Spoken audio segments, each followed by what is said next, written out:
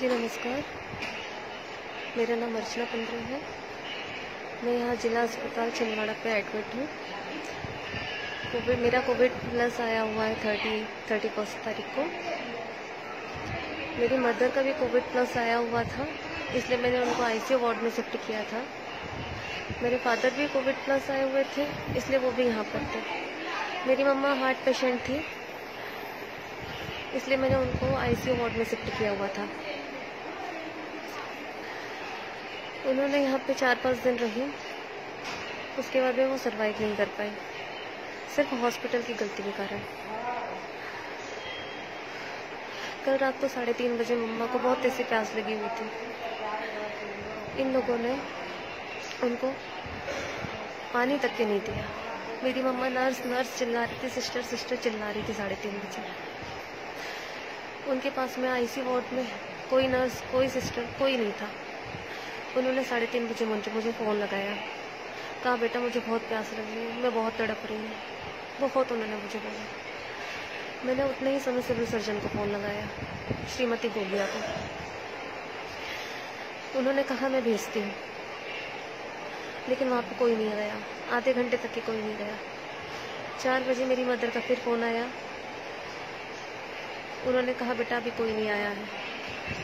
फिर मैंने civil surgeon को फ़ोन लगाया, उन्होंने बोला मैं भेजती, लेकिन वहाँ पे कोई नहीं गया। उसके बाद में मेरी मदर ने प्यास से तड़प कर जान दी थी अपनी, सिर्फ हॉस्पिटल की लापरवाही के कारण।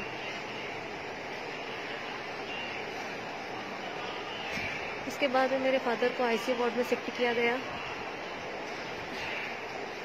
उस दिन नाइट पे एक कोरोना पेशेंट को आईसीयू में शिफ्ट किया गया था, वेंटिलेटर ऑक्सीजन लगाया गया था। उसका वेंटिलेटर का पाइप निकल चुका था। मेरे फादर ने वहाँ पे वार्ड बॉय जो था उनको कहा कि आप इनका ऑक्सीजन लगा दीजिए। उन्होंने मना कर दिया, बोला कि आप ही लगा दीजिए।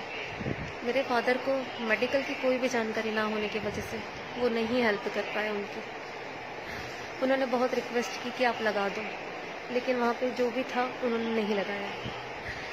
उसके 1-1.5 घंटे के बाद में उस व्यक्ति ने अपनी तड़प कर जान दे दी। क्या कहूँ, जान दे दी या इन लोगों ने जान ले ली? क्या यही है यहाँ की व्यवस्था? क्या यही है यहाँ की व्यवस्था? साधारण व्यक्ति, हर कोई अस्पताल पे डॉक्टरों को भगवान समझकर यहाँ आता है, सोचता है कि हम यहाँ पे आएंगे, इनके भरोसे हम ठीक होकर जाएंगे। क्या इस तरीके से यहाँ की व्यवस्था है कि यहाँ पे हम लोगों को अपनी जान की कीमत चुकानी पड़ रही है? हम लोग विश्वास कर हॉस्पिटल आते हैं। इन लोगों ने मेरी मम्मा को तो छीन लिया, मैं अपनी मम्मा को नहीं लेकर आ सकती, लेकिन काश शायद मेरे इस वीडियो से दूसरे लोगों की जान बच जाए।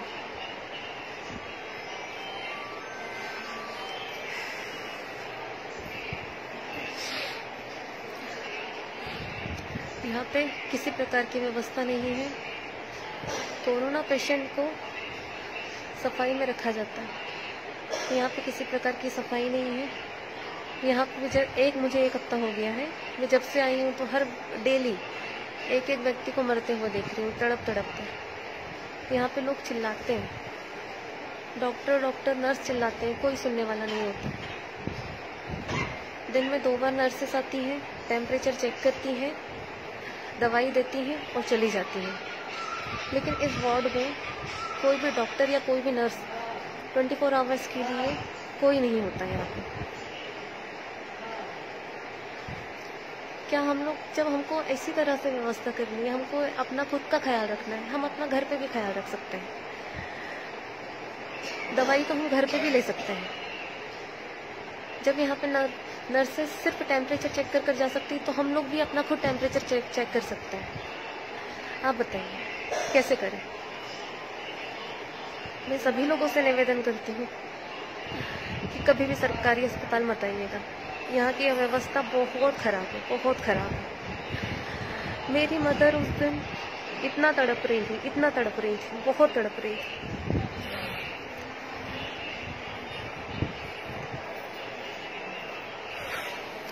बहुत तड़प रही थी वो, लेकिन उन्होंने कहा कि पानी तक के नहीं पीने को।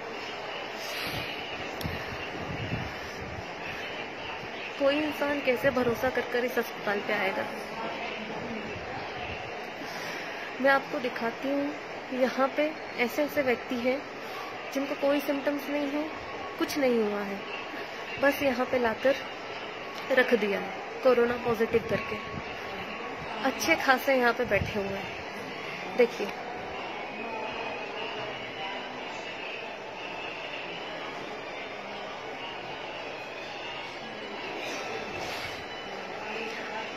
यहाँ पे 1-2 पेशेंट ऐसे हैं जिनकी हालत बहुत कंडीशन खराब है, रात भर वो लोग तड़पते हैं, लेकिन यहाँ पे ना कोई डॉक्टर होता है ना कोई नर्स होती है। उनको आईसीयू वार्ड में तक के शिफ्ट नहीं किया गया।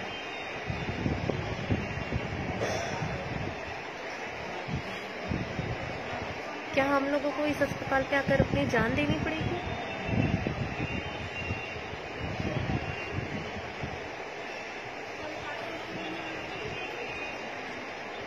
बताइए आप ही लोग, कैसे कोई इंसान सरकारी अस्पताल आएगा? यहाँ विश्वास कर कैसे कोई आएगा? यहाँ पे मुझे 1 हफ्ता हो गया है, मैं रोज किसी न किसी को मरते हुए देख रही हूँ। इसलिए मरता हुआ देख रही हूँ क्योंकि उनको कोई ट्रीटमेंट नहीं मिल रहा है, प्रॉपर ट्रीटमेंट नहीं मिल रहा है। प्लीज आप सभी से निवेदन है कि हम लोगों को यहाँ से निकालिए, यहाँ की व्यवस्था ठीक करवाइए। आप सभी लोगों से निवेदन करती हूँ कि यहाँ की व्यवस्था को ठीक करवाने के लिए मेरी मदद कीजिए प्लीज। नमस्कार।